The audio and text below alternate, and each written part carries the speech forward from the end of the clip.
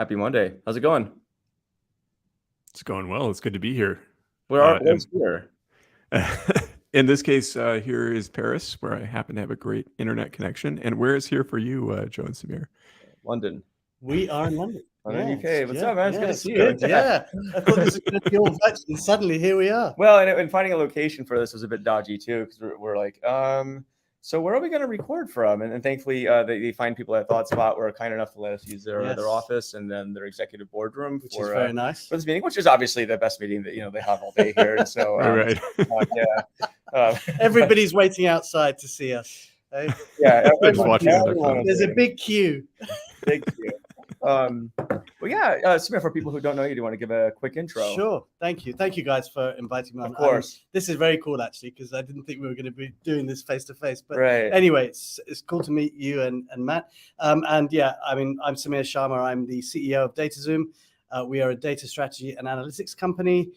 We've been going for 6-7 years now, and great to be on Happy Monday. And we work across different sectors, verticals, from financial insurance, for banking and financial services, all the way through to retail and so on and so on. So there's a wide we're just changing names, a wide array of clients that we've got. Your name is spelled right. Yes, okay, cool. It is. Just put Samir. I mean, I could put Samir, yeah, but it's like that's cool. And we want to talk about data strategy today. I think this is a term that Matt and I hear a lot. We sometimes talk about it ourselves. I think it's one of these terms too, where it feels like everybody says it, but I'm not sure what the meaning of data strategy is. I think it depends on the individual. To you, what is data strategy? So to me, a data strategy is how you align and drive the business levers, the business strategy, through a pragmatic plan of data initiatives that are costed and have benefits attached to them, and will help the CEO or the COO or the CFO or the CIO drive out what they need to do in order to drive those key levers that the CEO and the shareholders need to see in terms of results. I think why you sometimes get confused is probably some people call it a data strategy, but they lean towards technology. But essentially, that's how we've couched data strategy for many years now. It should be a business-focused plan, and technology does come into it, but essentially, you need to know what you're going to be delivering business results-wise and value. Yeah, that totally makes sense. I mean, I too often see people swoop in and say, "Hey, let's make this big technology change, and everything is going to be wonderful." And then you get to the other side of it, and it's like, okay, we're not actually seeing better results. Yeah. And we're still seeing it, right? I think one of the things that we still see is that big. We're how do we store it? How do we move it? Well, that's fine, and we need to do that, right, as part of the whole thing. But if we don't know the purpose of what we're going to be doing with the data, then you can chuck as much technology as you want at it, and you'll get so far, but you won't necessarily drive out, what the C-suite is looking for. You might just drive out a very low-level technical solution that really doesn't match up to where the business strategy wants to head. So it is a component. I'm not saying technology isn't, but we've got to focus up front on the why, the vision. Get a, as I call it, a pragmatic roadmap, because many people lay out something that you just can't achieve as well. So, I think, Matt, you're right about that in terms of, a big technology play. Well, why is this so hard though? It seems like we either overthink it, or business is actually that difficult. I kind of waver between the two, but it's interesting with data people. I was writing about this. I'm talking a lot about this. It seems like we're a lot of the same questions. You've been in data for a while, and I have, and Matt. It's kind of like a lot of the questions we've been asking for the past few decades are the same ones we keep asking. Like, do I believe the data, and if so, what value do I get from it, right? Yeah. So, I mean, walk me through this. I mean, why it just seems like it's a hard problem to solve, getting the strategy right and getting the value aligned. Like, why is that? I'll tell you why. Because most of the time, it's hard work. Okay, it really is hard work to get the alignment with what the executives need. Now, if I say to you, we want to increase customer acquisition by 10% by 2023, that's defined, right? Yeah. But when someone says to you, we want to drive more growth, what does that mean, right? So I think people don't start from from an area of a specific demand with a specific timeline and a specific number that is their target, basically. Right. And so this is why lots of people get into, yeah, but we are doing a data strategy. Well, actually, you're not. You're just building a couple of components, very siloed mentality. You're doing something in one area. I mean, like, look, I was speaking to a client today, which we're helping them build out their operating model, okay, and how they bring together virtual teams in order to drive business value on a specific objective. Yeah. One of the guys that I was speaking to in the meeting is a data engineer, actually. He said, we are in several departments, we are using the same data, and people are coming out with different results when they come to a meeting. Why does that still happen? Because in the silos, you don't have proper definitions, you don't have a sort of metrics catalog that you're all working from. You don't have you may have a data dictionary or a data catalog, but people really aren't referring back to it. So there's that element of it as well, which I think people tend to sort of take for granted, that, oh yeah, we do a data strategy now because everybody's doing data, but it's not common. It's not, a defined approach. It's not one vision. It's not, linking up to, just that specific example. So if I did hook it, say, the customer acquisition objective, 10% by 2023, December 2023, it's the marketing department needs to be in there, sales department that needs to be in sales function. You got to have some, field sales guys in there. You've got to have the operations teams, because how is that acquisition going to come on board with, smoother customer onboarding, customer experience? So all those levers are the things that you really need to understand. If it's just, I'm going to put a platform in and it's going to help me, it'll help you a little bit, but you won't get everybody on the same page and shooting for that particular objective. So it's coordinated. It's, aligned to people's thinking. It's aligned to what they're attempting to achieve, but it's joined up. And it doesn't have to be complex either. You could do one thing that could be your focus of your data strategy, right? The initiatives. But as long as you've done a cost benefit analysis, as long as you've attached ROI to it, you can see some sense. But most of the time, I think back to your question, Joe, is most people don't prioritize it in that way. I've seen lots of data strategies that are very open-ended. I think that's part of the problem. Interesting. I think the thing we've seen a lot too is that not only are they open-ended, but often they're unmoored from business goals altogether. And I think we've seen this a lot in the last 20 years because data shifted from something that frankly was seen as a bit stodgy, and you buy these really expensive Teradata systems and you have a data warehouse team, to something coming out of Silicon Valley with, Hadoop and Snowflake and these new technologies. And so people became very technology obsessed, which is something you've kind of been alluding to. And they buy these expensive systems and what are we going to do with this now that we have it? Yeah. And it's the reverse, right? Why are you doing it that way rather than start from, you need to have that why, right?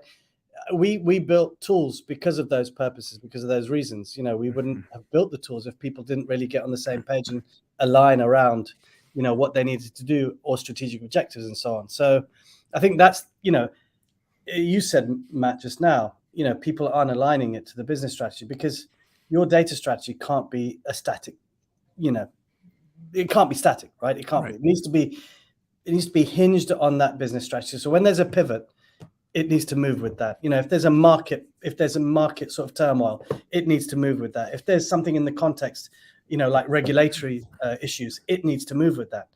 So this is the thing that we look at. We look at the external environment plus the internal environment. And I think the biggest piece here is what we've realized over the many years that we've been doing this is change. Change is a big thing that people don't focus on.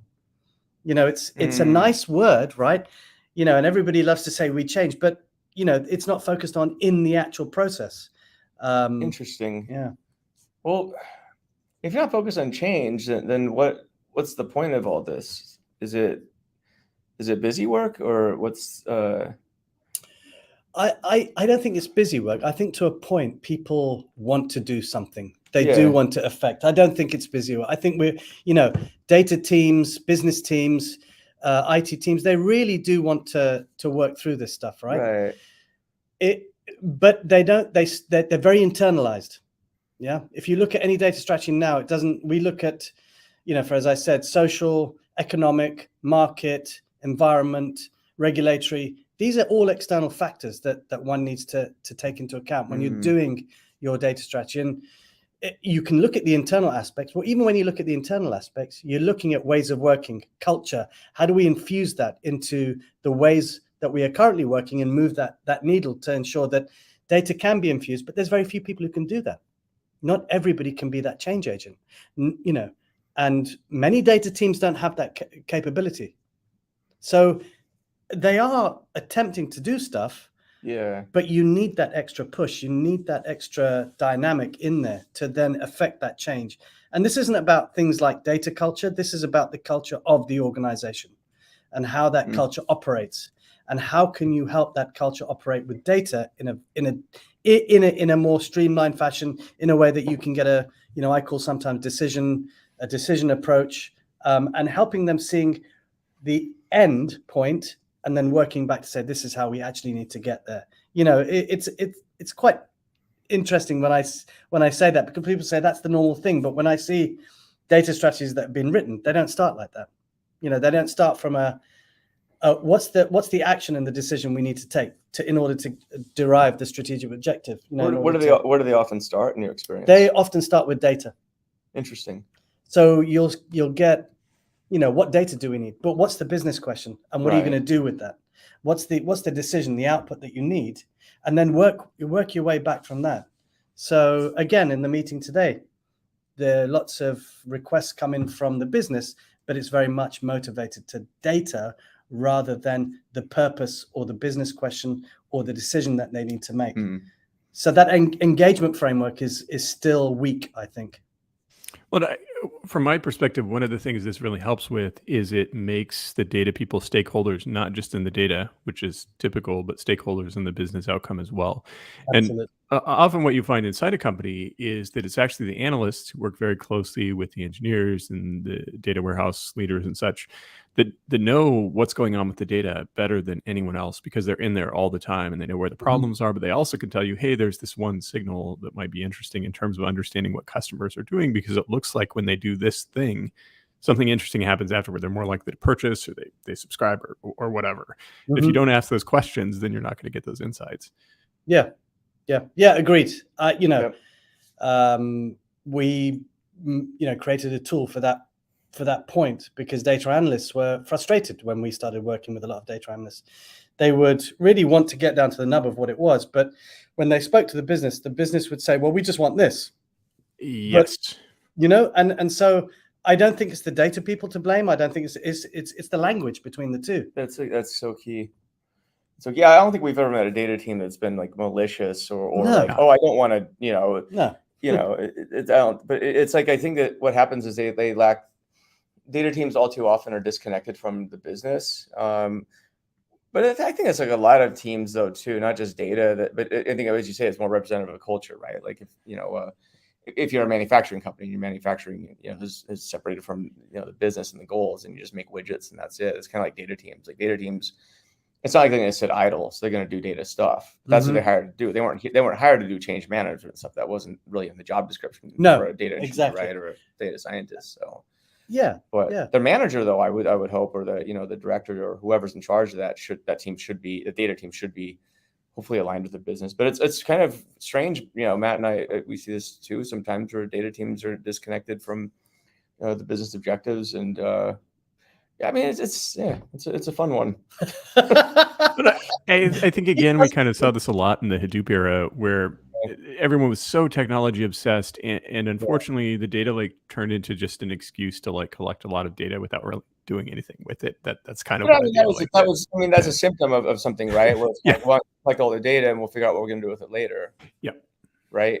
That's a cop out, though. You know, so. But companies are still doing that, right? Yeah. They're still hoarding, they're still keeping data, but they don't know why. Because we can put it in the cloud. For what? You know, because we can store it. You know, when are you going to use it? We don't know.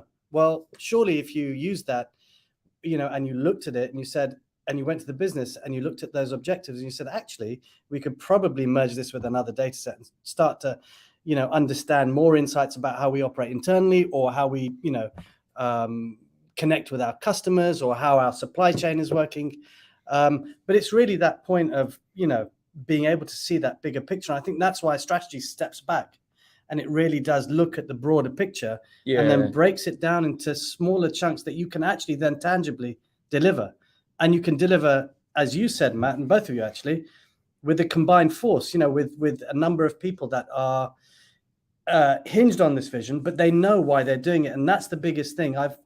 When we created the data strategy canvas, a lot of the analysts that we worked with actually said, wow, I actually have I know why that person wants to do something now, and I'm going to build with purpose, as opposed to just building in isolation and then someone coming and saying, I didn't want that. So you're really in rhythm with the business. You're really in step with them. And, you're being able to work with agility rather than, sitting in a bunker somewhere, building something and a tool. And then suddenly, this is great. I love it because it's got shiny pictures and it, wow, these graphs go up and down when I click this button. Great. I think it's all good. But when the person sees it and says, well, what do I do with it?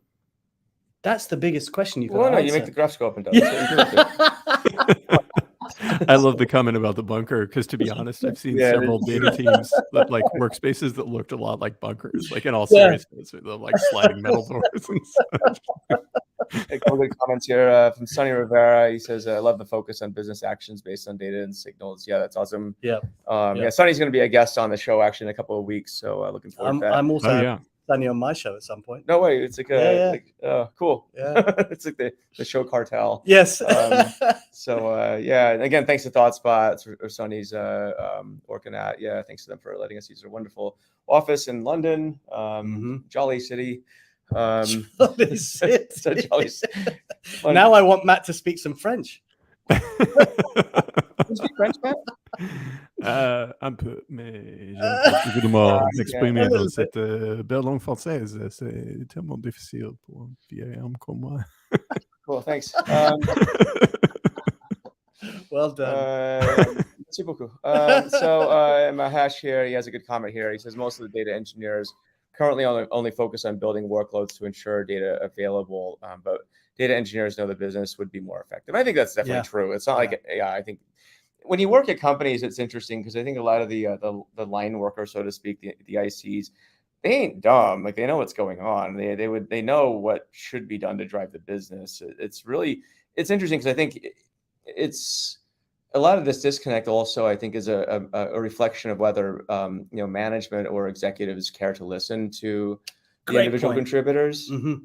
So, I mean, I'm sure we've all worked at companies where like, I think you could do a lot better if you did this. And of course, there's no way that you can bring this to people's attention. Or if you do, the chance of them really listening to you is like probably not that high. But let's talk about that for a bit. I mean, you said there's a great point. What's interesting about that? Yeah, do you know what? I think I've over the last, say, month or so, a couple of months, I've been speaking to a lot of different camps, both from the pure data and technical people to the sort of C-suite and even above, the plus ones, maybe the board. The issue is that a lot of people say to me, if you look at things like the quarterly reports, the annual reports, every company's got in there, we want to be AI enabled or we want to be data driven. That doesn't translate down. It doesn't sort of, get reflected within what people do. Right. So I think there's everybody wants to be AI enabled, but what does that mean? Right. What does it mean for any company to be AI enabled? And I think that's the bit which they're just using buzzwords. There are very, very few companies that are doing this really, really well. And we know who those companies are because they've been born from digital up, right? Or data up. And they've got processes in place and they know, the life cycle of their data, their lineage, blah, blah, blah. But I think this lip service is not good enough. And, I go out on a limb because I think that there is still a lot of education that needs to be done in the C-suite and, board level. I think operations teams really know what they need. When I speak to operations teams, they are we need this, this, this, and this. But the problem is then it's difficult for us to get it. Yeah. And so I think that's where it ties back to how do we give them this capability? How do we help the C-suite see why they need it, whereas not pay lip service? I'm not saying everybody pays lip service to it, but I think there needs to be a level of education. And you're right that it's not always down to a data function or a business function. It is up, they need to push that vision. They need to be aligned to what, the digital and data narrative is. And I think that's one of the things that sometimes is missing. One thing I see with AI, especially, and with the buzzword AI, is that there's a tendency to really overcomplicate things and think Yeah. that AI applications are like very general purpose and complicated.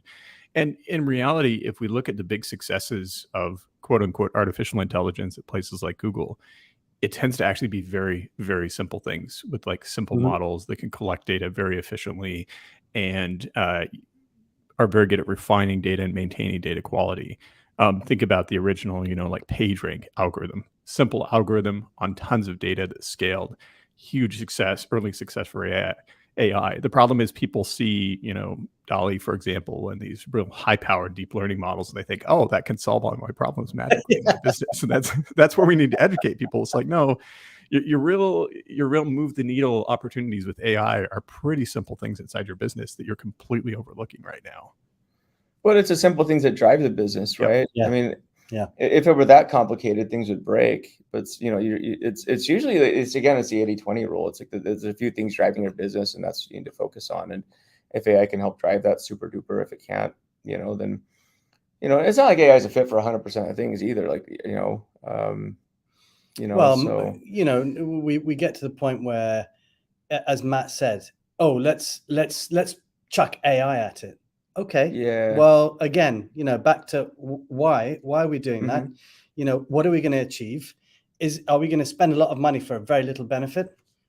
Or are we going to spend a lot of money that is targeted to a specific solution that could be not AI, but a very simple solution, as you said, but we get huge upside, and that's why I think a lot of the data strategies out there don't have sound investment cases. They don't really look at that ROI, and everybody, I speak to says ROI is difficult. Well, you've got to make assumptions. You've got to really understand that it's not going to be what you say is, every single criteria on that is going to be delivered. You've got to have some, lateral thinking, and you've got to make some assumptions. But essentially, if you know that you're going to deliver on customer acquisition, just take that, use case again, that there are going to be some levers, around targeting, around personalization, maybe around demographics of individuals, around, lookalike comparisons, a ton of stuff that you could do, which is actually quite simple, simple RFV models that you could spin up and understand, where the recency is, where's the frequency and the value in, people who have been coming and buying the stuff. And do they come from a particular demographic? Do we need to target, that demographic in a different area? I mean, just, these are test and learn things, right? So you've got to do that. It won't work first time, but you need to iterate and develop it. And then you need to draw back the learning and then do it again. It's never going to work first time. I think people always think that once we've done it, it's going to work, and it's going to work simple, or, but you've got to have that agility in your business to change. And I think something that Joe and I have seen, let's go back to the discussion of like business side versus technical data side. What we've seen over and over again is that between your business domain experts and your data people, there's almost this mutual disdain. Like the data people are like, oh, the domain experts don't really know anything. And the domain experts are like, I don't need that much data. I've got my Excel reports. It's fine.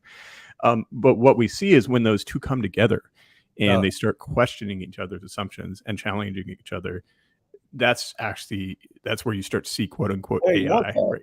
Yeah, you do. Yeah, you do. Yeah, absolutely. I agree with you, Matt. I think that's where the magic lies. That's where you get that electricity. That's where you get that buzz. That's where you get the aha moment when someone says, I didn't know we could do that. Or I didn't know we had that bit of data, or I didn't know we could solve a problem so simply, because the business guys don't know. But the data team does, and they're sort of, and again, I think it goes back to language. How do you support that, that communication, that way of speaking to each other without becoming too technical? Yep. So, I think there's some cross-pollination. Business teams need to know enough about maybe data and analytics to really, they don't need to know deep. And I think data teams need to go the opposite way and really understand business as well, and what drives that business, that part of the business. What are their levers? What's important to them in terms of what they're trying to achieve. I think once you got that, that's a great recipe for actually doing this stuff.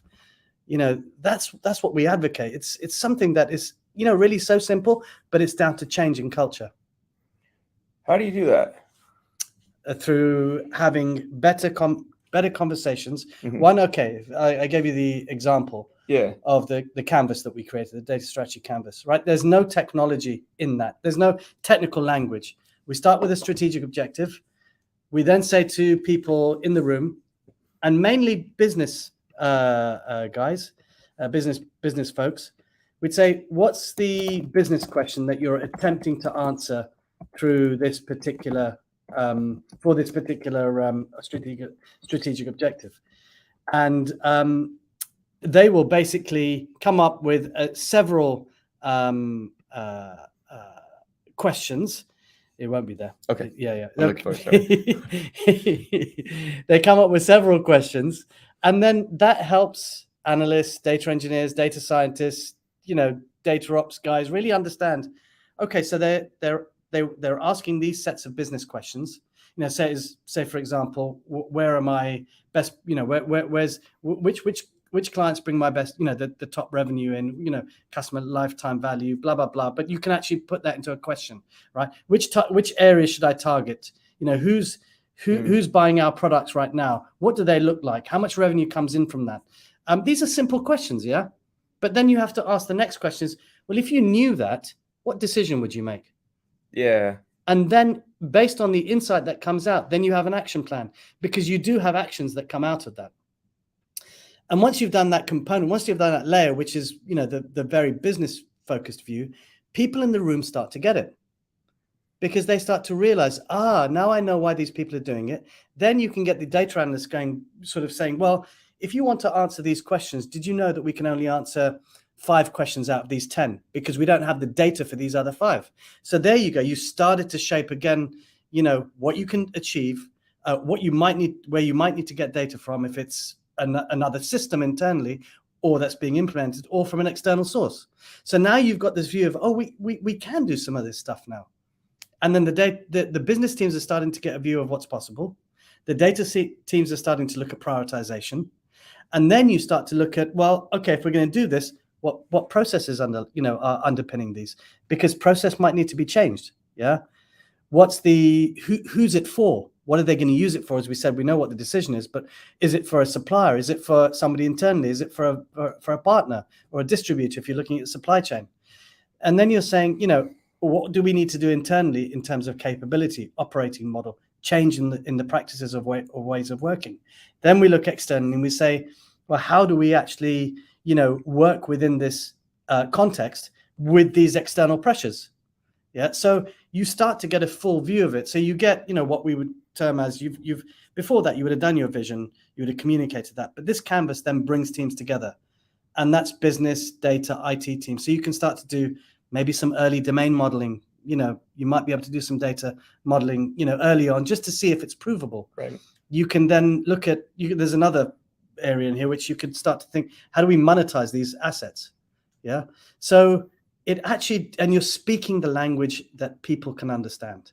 You're not speaking DBT, or you're not speaking, Lakehouse. You're not speaking SQL. You're not speaking any kind of, very low level coding type of, language with a business person. So when you leave that room, what the purpose is, why you're asking those questions, what decisions are going to be made externally, what actions you're going to take when you get the insights, and then you can build better data products, or, very iteratively, knowing that, and you can test it with the business in a way that is, I sometimes call it quick and dirty prototyping, but, Right. sometimes you have to do that, right? Just to prove value. And that's the bit which, if you can prove that value, and then you can say, actually, now we know what the investment case looks like, because we've done a cost benefit on those things that we want to do. We can see that these questions are probably the priority because they're going to give us the biggest, bang for our buck. And at some point, we know in the investment case, we're going to have to put in a little bit of tech. We're going to have to change the dynamic of the team slightly. We're going to have to bring some new people in, because down the road, we've got some questions that are maybe data science focused that need, big models to be built, and so on. And so that then branches off how you're going to develop your capability, not just hiring 12 data scientists and hope it all works. So that doesn't work. I mean, every time. Yeah. One point Joe's fond of making is that often when we talk about AI, we're just talking about taking some decisions that were being made manually or maybe in a lookup table by a business person and turning those into automations of various sorts. And the automation over time can become more sophisticated with more sophisticated models. Right? Yeah. It's like you kind of outgrow the what a human's capable of doing decision-wise. And it's like you got to automate that. But that could be a heuristic too, right? That just could be an if-else statement or something. But at the end of the day, that's where this comes in handy. But I think all too often what we see is also the application of quote machine learning on like extremely small scale problems, and that tends to well, what I think it does a couple of things. One, it usually doesn't work, but two, it also kind of puts a black eye on like machine learning and data science, because people are like very underwhelmed. Like, I thought this was, supposed to be like hugely transformative, but I could have just done this in Excel. So I don't know. It's interesting. Well, hold on. Sunny has another question here, which you want to get to. Yes. Can you list some common practices for growing cross-pollination for data and businesses? Wonderful question. Samir, what do you think about this? I think I talked about it earlier, Sunny. Yeah, you did. Yeah, I did. I talked about, how you get common views, how you get the common business language, how you start to apply it around decisions rather than around data. So you're upstream more, and you're thinking strategically to then go down into the detail much later. So you're being able to affect the relationships between those technical data. I mean, I've had people use this way in this cross-pollination. A CFO using the canvas to go around to show people what they're going to do in their business. And just blowing it up and laminating it and putting it on the wall, so that when someone walks in, they know that this is what's going to happen, and this is what it's going to drive, and these are the benefits that we're going to get. So it's not rocket science, to be honest. It isn't. I mean, I say that, and everybody would say that, but it's not rocket science. As long as we can start to merge the thinking from, and that cross-pollination, again, business literacy, understanding what data does and how it can help. Not for business people at a lower level, but them knowing how to ask a data analyst a question about something. What can we do in this particular area, and how would it help us? Is very simple, but common language between the two. That I think that will help. That's where it's not rocket science, and I think we make it difficult. You said it earlier, Matt. We want to build a machine learning model because it's going to be the most coolest thing that we're going to do, and it doesn't give us much, and then we question why we've spent 10 weeks or more on that, trying to get something out of I like what Sunny said. Oh yeah, Sunny says you study it's not rocket science. It was a rocket science. I was a rocket science. Yeah, we talked about it earlier. Yeah, you should ask, if you're curious, message Sunny about that. It's pretty interesting. Pretty rad. So you guys see it from a data engineering perspective, yeah? You see what people are building down in the in the detail, and then you said it earlier. You question sometimes why it's being built. Should there be more of that? Should there be more of are we going to build this pipeline because it's going to serve us for a specific business problem, or in the sense that, or are we just delivering a bit of data to somebody and we don't know what they're going to do with it? So, why does that still happen? And I think it goes back to your question. I think from Matt and I's perspective, it's really the data people in general. I mean, most people, I think, in any department. Again, they're not. It's not like they're not paying attention to stuff or they don't have good ideas. I think it's just if a data engineer brought up an issue, would they be listened to or heard? And I think that's kind of the or am I better if I'm a data engineer and I know there's a problem, but I'm not going to really get anything out of it except a bunch of strange looks. Do I even mention it, or just like I'm getting paid to build stuff, not really come up with your strategy, right? But so but I don't have any incentive to. I mean, it depends on the company. Maybe I do, maybe I don't. But if there's a culture of openness and I can have a dialogue with somebody, maybe. But otherwise, it's like I'm not going to put my neck out for this. I'm hired to build stuff. it's up to you to really get the value out of it, right? Like it's like, I'm not going to blame my carpenter for the fact I built like a weird looking house. That's on me. And the architect. So essentially, again, it goes back to for each of the levels in that team. Even if I'm a data scientist or a data engineer or a data analyst, I've got to know why I'm doing it. It would help. It would help. So this is the thing. That's where the break point is, right? That's where I see the break. Because if you're telling me as data engineers, we're just brought in to build stuff, then there's something wrong. There's something broken in this process. Yep. So totally that would be the fact that we don't overlap. We don't speak to each other in a way. And also, I think it comes back to what you just said. If I'm a data engineer, am I allowed to bring stuff up? But how do I bring stuff up? That's another one. Yeah. Yeah, because I can bring up issues. So I mean, internally with tech teams or data science or data engineering or software engineering, like there's a way of, they have their, here's the deal. They have their sprints, they have, scrums and retros and, and sprint planning. So you have all the tickets planned out, and hopefully a project manager or product manager is working with the team to make sure it's on track. But here, if you're an engineer, you're going to say, okay, so my next sprint consists of these tickets here. This body of work, I got to get this done. We planned this out, we scoped this out. Hopefully, like this is what we're committed to building. And it's funny because it's inevitably this backlog of tickets keeps growing. I mean, I've never seen an engineering team where it has not grown over time. So then it's a matter of, okay, so I'll just get to the tickets, that I can, and I'll just solve it. Yeah, because I'm not getting paid to come up with brilliant ideas about how to run your business. I'm just getting paid to build shit. So I think we can learn a lot from other engineering disciplines outside of the quote unquote tech industry. So think about like civil engineering or mechanical engineering or structural engineering of buildings specifically. Civil engineer, like, sure, they care about technology, but they also care a lot about the fact that the canal is going to carry water and, what's going to happen if there's a flood, if there's excessive water. If I'm a structural engineer, I work with the architect to realize their vision of the building and make sure that it's structurally sound and use the right materials, whatever technology it takes to make sure that building is sound and isn't going to fall down during an earthquake, right? And if we can learn to take that same approach to data engineering and have that same conversation with the stakeholders. I agree, because you are affecting a business at the end of the day, right? I mean, the structural engineer is looking at the building and making sure that it doesn't fall down because it will kill a lot of people, right? And they will be taken to court. So I'm not saying, that a data engineer is going to do that, but the data engineer structurally has to know that this is sound development and that its purpose is to drive that particular objective, which is going to grow the company by X%.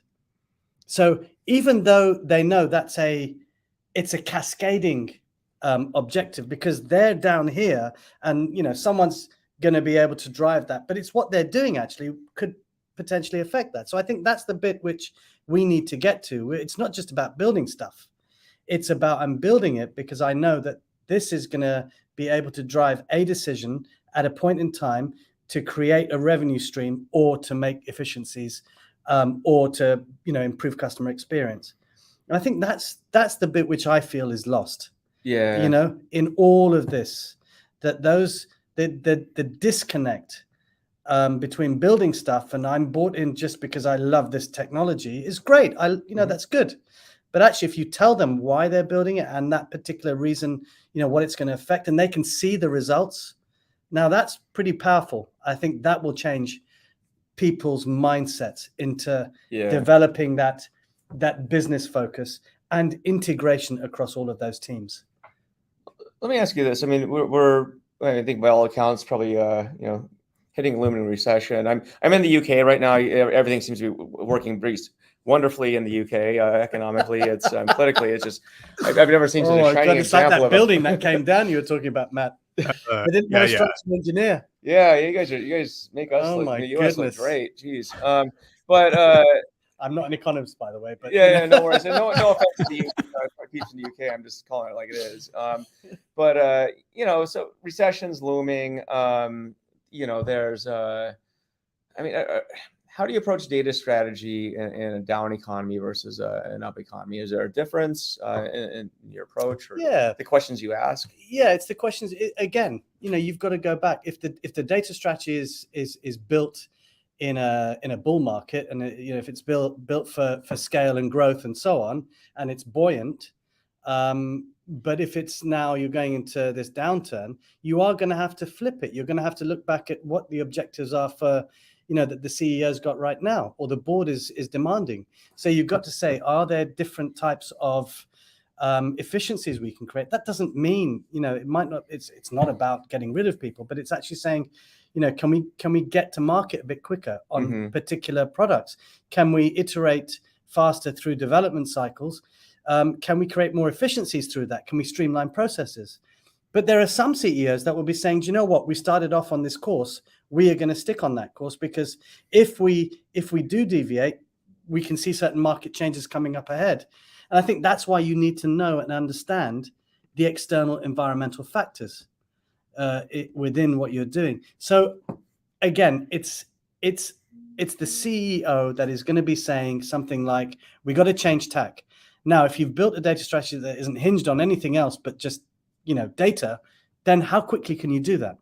Because as Joe said, you've got stuff in the pipeline, you're building stuff, I know what I need to build. I know when it needs to get done.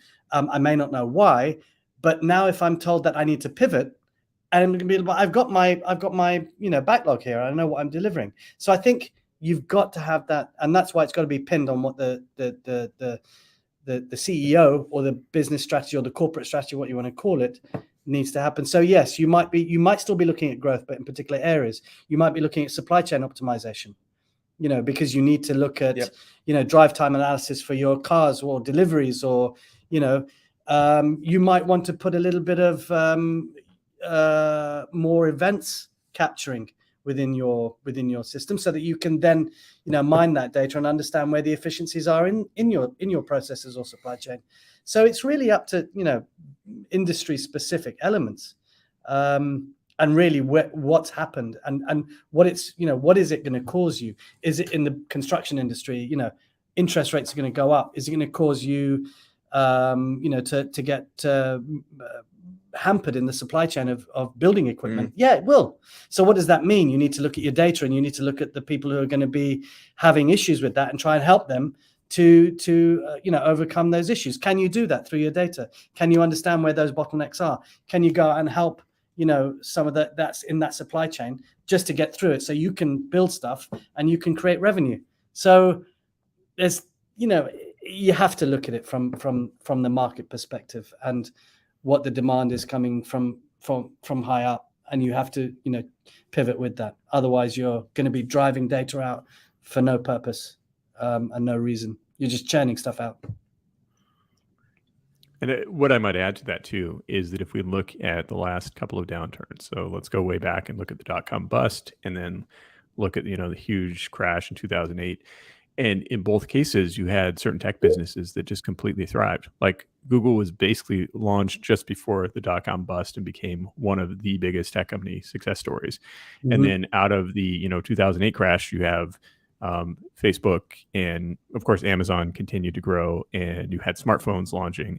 And a lot of that was data innovation, right? Google's entire product was data innovation. Yep. And Facebook was built around data innovation. Like, yes, Apple, brought out the iPhone, and then we had Android.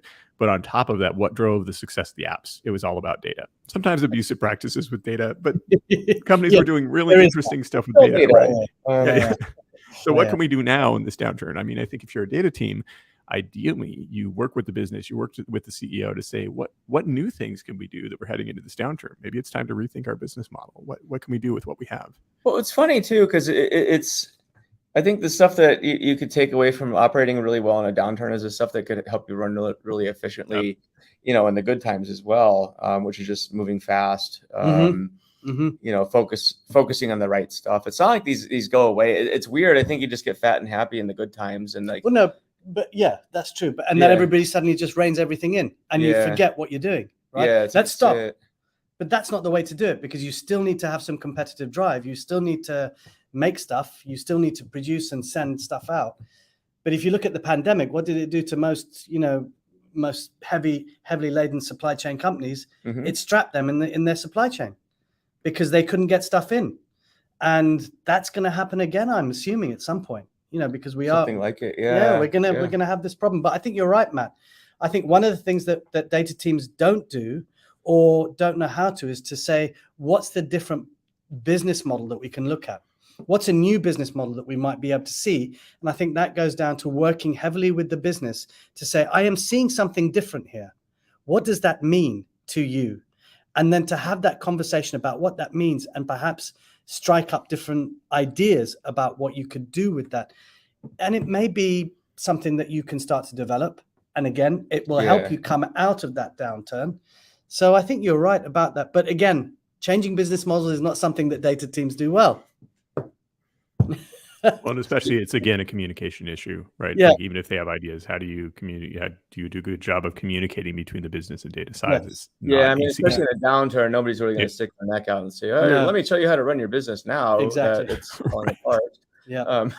So, But a good CEO, a Would good listen, yeah. COO, they know the operations, they know Yeah. what to do in tight times.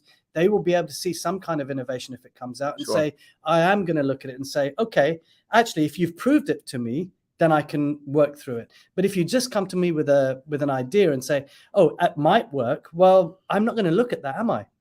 But I'm going to say, actually, if we look at that business model, the way it works, if we tweak it like this, Yep. we can look at building better products in a quicker time. Then that might give you, or you really need that information now. You need the insight about your market. You need the insight about, your competitors. And then that might be going out and getting more, external kind of data, because that's what the CEO might want, because you don't have it right now. You've never focused on it. So it's different things that you might, have to do in order to get that next step. Might have a special guest here real quick. We're in London, so guess who's showing up here? Surprise, surprise, Chris Stapp. Here we go. Look at this. Wait, Chris, you're not on site with the. I think it's Obi-Wan Kenobi actually in the hall. Yeah, it's nice to be called special. The Death Star behind him. It actually is. Yeah, he's Yeah, actually, I noticed that big tower building that looks like a big spike. It looks like Darth Vader's big spike. Well, the big Don't the say big it. tower. It looks like Darth Vader's. Yeah, it looks like Darth Vader's house. Yeah, and one of his No, anyway, I For the digress. real background, there's some scaffolding. Okay, well, that's more believable. So yeah, Chris, good to see you. We're talking data strategy. Maybe you've been listening to this. Yeah, I've been tuning in. I've just made a few notes, and yeah, I mean, I agree with everything you're saying, and I think in the times of downturn, it's all down to ability to react. So you mentioned about the supply chain issues before, and we may not be that time, but it's whatever companies will need to be able to move quickly and to react to market changes.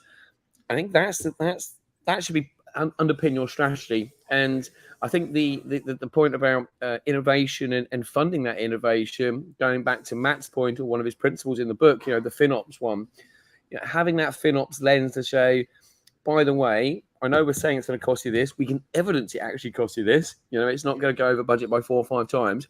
Not only that, can we evidence the costing of it, we can actually evidence what business services links to and the associated value that you're going to get on your bottom line from that.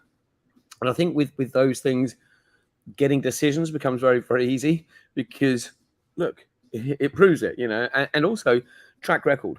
And we haven't had a good track record in the data industry. Most of them. Another little bugbear of mine is most of data projects go down as OPEX, and we don't get to capitalize the expenditure we're making on that, and allow it to fuel or fund in more innovation. So if you're able to do one project on the back of that project, use that and reinvest that to look at other areas you can optimize the business. Or even put better foundational stuff in there as well. That means that you do have that reaction capability. I think the last bit of notes I made on this one, I could probably more I could talk on this anyway. But the key points that came a minute ago was, it was the, and I've got to look back at my notes now. What was the last one? Yeah, it's that centralization versus decentralized versus centralization. And to give the teams the ability to react very quickly, you need to decentralize. But you need to make sure that you have the right controls there, that if you allow 5, 6, 7 of these teams to go and decentralize and they're all doing the same thing. I think I can't remember, we were talking the other day about they were looking at all of the Git repositories that are out there. It was actually for one of our clients. They did some analysis of all the Git repositories, and they had 17 different ingest frameworks, 25 different CI/CD deployments, because they let every single team go and do it themselves. They go like a buffet or something. Sorry, they went to like a buffet of data products. Yeah, I think so. All you can eat buffet of different ones. And all you can eat data. No, I mean, it's it's crazy. Yeah. Yeah. So I think we do need to have that. We do need to have that. Those controls in place to say where it makes sense, and I think you're right, Chris.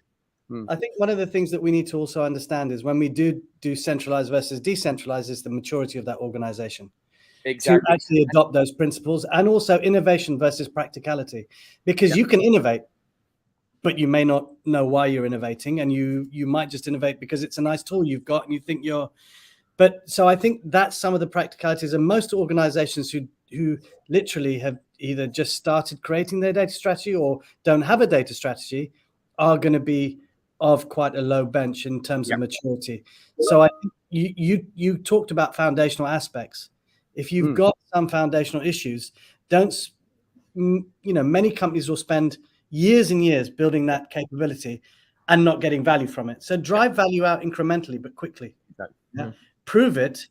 As you said, use that cost, use that cash that you've made, reinvest, but don't say, I'm going to build out a data platform for 2 years. And then suddenly, you're stuck with this platform, which is now 2 years old. And actually, is it out of... It's out of there. It's no longer modern. It's no longer modern because and I think that's the point. I don't, I'm not saying don't advocate for technology. There is absolutely the need for it, right? But if you can show value early through some kind of, easy process that Matt said earlier, you don't need to do machine learning, but you can prove it, and then you can start to scale in incremental formats, reusing products, reusing data. Absolutely, I agree with that. But then people don't have that process in place because they're not reusing assets, they're duplicating assets, as you just said.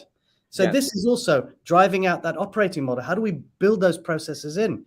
It's not difficult in the sense that you can have decentralized, but again, dependent on how quick you want to react, that's fine. You're going to be building a new model. You're going to be understanding what the business needs to do dynamically to change to the mode of what's happening in the economy or, with their suppliers, but give them the backup that they can actually productionize that and make it real. And that's the bit which I think needs to be. I think so. I think that starts a community thing.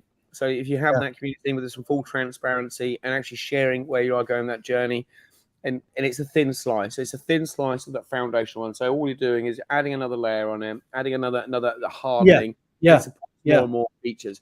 So basically, it's a feature set roadmap for your foundational pieces. Well, you could call it a use case roadmap, or however you want to call it. So even if you at one point in time were to cut open a use case, in it you'd see data governance. In it, you'd see data architecture. In it, you'd see automation. In it, you'd see capabilities and skills to deliver it. In it, you'd see lots of things, but people don't look at a use case like that. They have a layer, which is, no, we need to do all of the data governance first. But actually, it's better to do it like that because you're incrementally building on top of that use case. And I think that's the bit about strategy, which isn't defined. It's never done like that. And I think that's where we come from to see how do we adopt the technology and adopt the principles to provide value and drive that value. Well, we've got to do it like this. We have to have that rhythm, in place. I like to use the terms. I use delivery friction. So friction is the associated term due to the complexity, time, and effort to do something, and something can have high delivery friction. But if you only do it once every 6 months, it doesn't matter. You don't need to go and optimize it. And I think the other term I like to use is the longest pole in the tent. So the tent only becomes a tent when you get that longest pole in. So there's no point optimizing every other pole so it's nice and low. Yeah. You have to be quite a small person to go in a small tent though. But the idea is, there's no point optimizing just one piece of it. You need to make sure that you're optimizing the right piece that is going to make you achieve the goal at the same time. And that's why I think you can do that very well with that use case approach by, putting it down and reviewing that and saying, actually, this use case, the next 2 use cases, we will build on what we've done in principle here. Yep. And, whether it's domain specific or whether it's enterprise wide, we still use the same practical approach to deliver those, knowing that at the end of it, we've got an outcome which is going to be understood, an action that's going to be taken to drive that strategic objective, and people know why they're doing it. And I think that's one of the things that I continuously see, which isn't embedded. I think that's really 2 points, and it is the reason why you do it needs to be linked to your company strategy. What exactly who's going to define, and why we're doing it is the key results is everything has to link back to that, and if it doesn't, well, we shouldn't do it. We should really look at it again.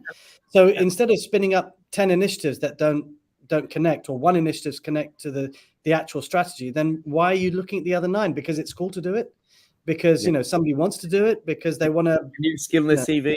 Yeah, exactly. And I think we've got to get away from that, to actually say what's the best approach for the company, because the CEO is going to call in those investments if they don't come to fruition.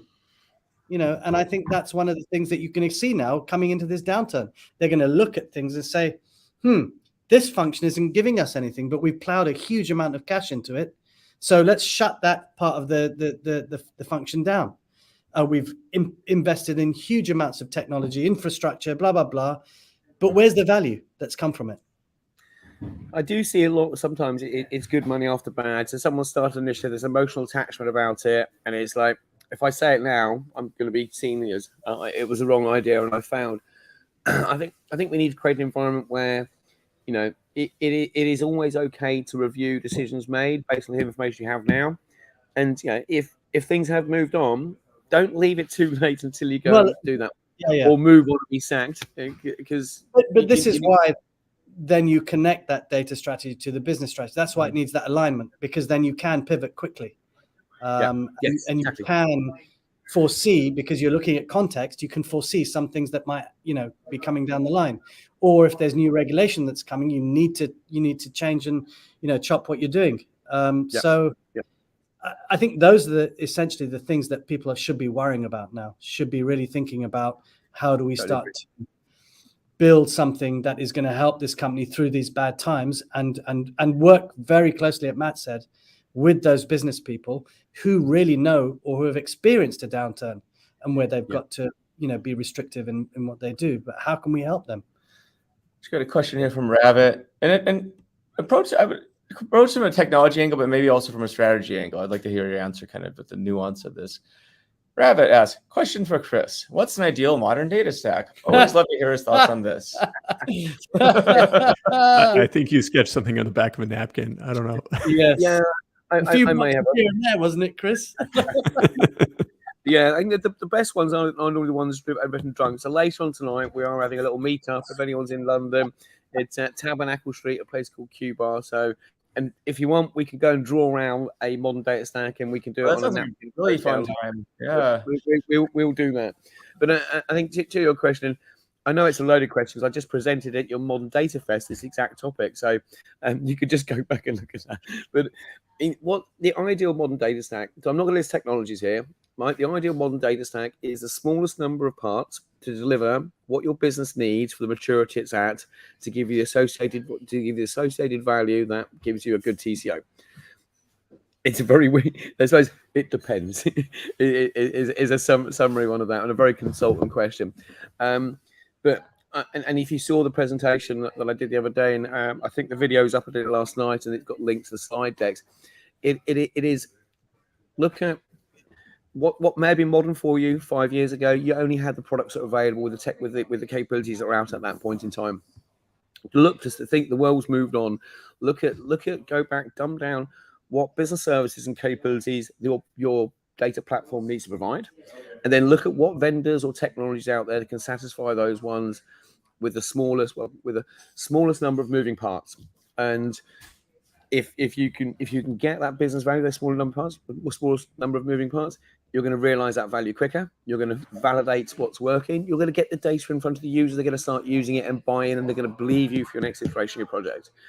If you don't do that, you have many products. You're going to have a stronger team, more skills, more complexity, additional risk associated to it, more likely to fail.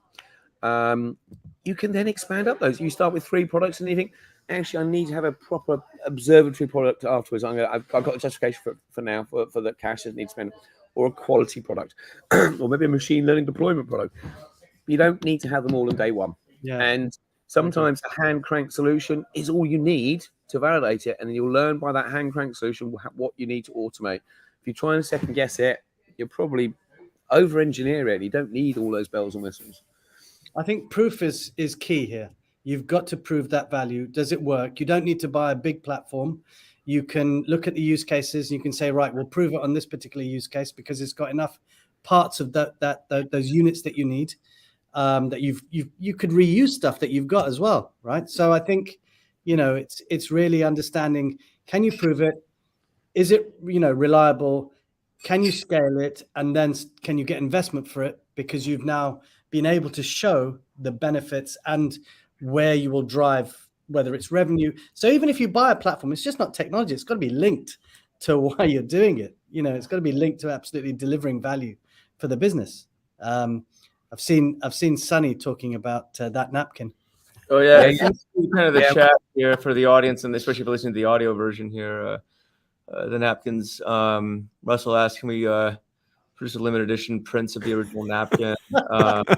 He says he owns part of that napkin, and so there's going to be a few people who are going to own more parts of that napkin tonight if we're going to do it again. Yeah, so we could do an NFT at whatever it's called. We can go and sell off bits of it. So if anyone wants to invest in it, we'll be developing a platform so you can invest in modern data stack art. We got time for a couple questions, then we do have to get going down to the meetup here.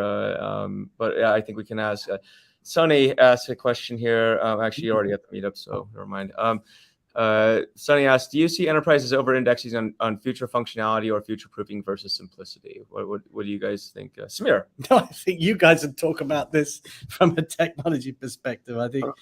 So my view on this one, it goes back down to that business services thing as well, is if you go and future-proof things you don't know about, it's very hard. If you can look at what currently you get the main number of requests for tickets for changes or alterations or enhancements, that's the area that is got the highest velocity of change. That's the area that you need to look at. Okay, what I can do for simplifying that. I think if you try and second guess all of those things and say, oh, I'm going to future-proof it by putting a machine learning deployment thing in or head of it before you've actually got the requirement, that's not future-proofing. That is being silly. That's scope creep stroke. You know, when we talk about future proofing, I mean, I still never understand it. What does that mean to people? You're just going to buy stuff and hopefully it'll work in the future. There is no future proofing. Look at the pandemic. Did we know what future proofing was? Could we future proof anything? No. So I think we've got to go back to simplicity. I think that's what Sunny's saying. I think we've got to be simple in our approaches. Can't, overinvest right now. We need to know why we're doing it. Simplicity is key in terms of the stuff we want to do, not just building, but the teams we have, the capabilities we need to spin up. And, one of my clients looked at it this way. If we're going to be making people redundant, can we redeploy those people and reskill them in a way? So actually that's a really, really easy, simple way to bring people back into doing something new because they know the business and you can actually train them up on something which is essential and is in a data function that is required. So we've now got the business and data people coming together in that way. Well, some of Matt and I talked a lot about too is just, it's not our original idea. I think Jeff Bezos vocalized it, but the notion of one and two-way doors, right? So one-way door for ways. That's not really future-proofing. That means you really made a really strong commitment to going through a door that won't open back for you. And so you have to go through that. But as much as possible, try and figure out reversible decisions, especially these days when you can kind of cobble together from a technology standpoint, things are more modular. You're not as committed, hopefully. You have the chance to kind of swap things out as technology progresses, which is the nature of technology. It gets better. The worst decision would be the anti-pattern of future proofing would be to lock yourself in to basically an inescapable. Right. Yeah, And, you're not Houdini. You can't get out. Yeah. So waste of time, really, isn't it? Waste Waste time. of time, waste of money. Yeah, and we talk about this too. It's not just total cost of ownership, right? It's total opportunity cost of ownership. Yeah. Which is almost bigger, especially when things do change, like you point out, Samir. The pandemic, I think, brought the future forward for a lot of companies that were willing to make that leap of faith and say, well, all these initiatives that we wanted to do 5 years from now, well, guess what? We're doing those in the next 5 days. So and we've got to narrow that timeline. We've got to narrow the way that we deliver something. Yep. And we've got to rethink, well, can we actually do it with what we've got? Can we make it simpler? And do we have the capacity? It's all of those questions, and normally most data teams do, right? Yeah. So they just have to, again, be able to have that agility. I'm not talking about agile but having the agility in what you do, having the agility in how you behave, the ways of working, and the approach that you use.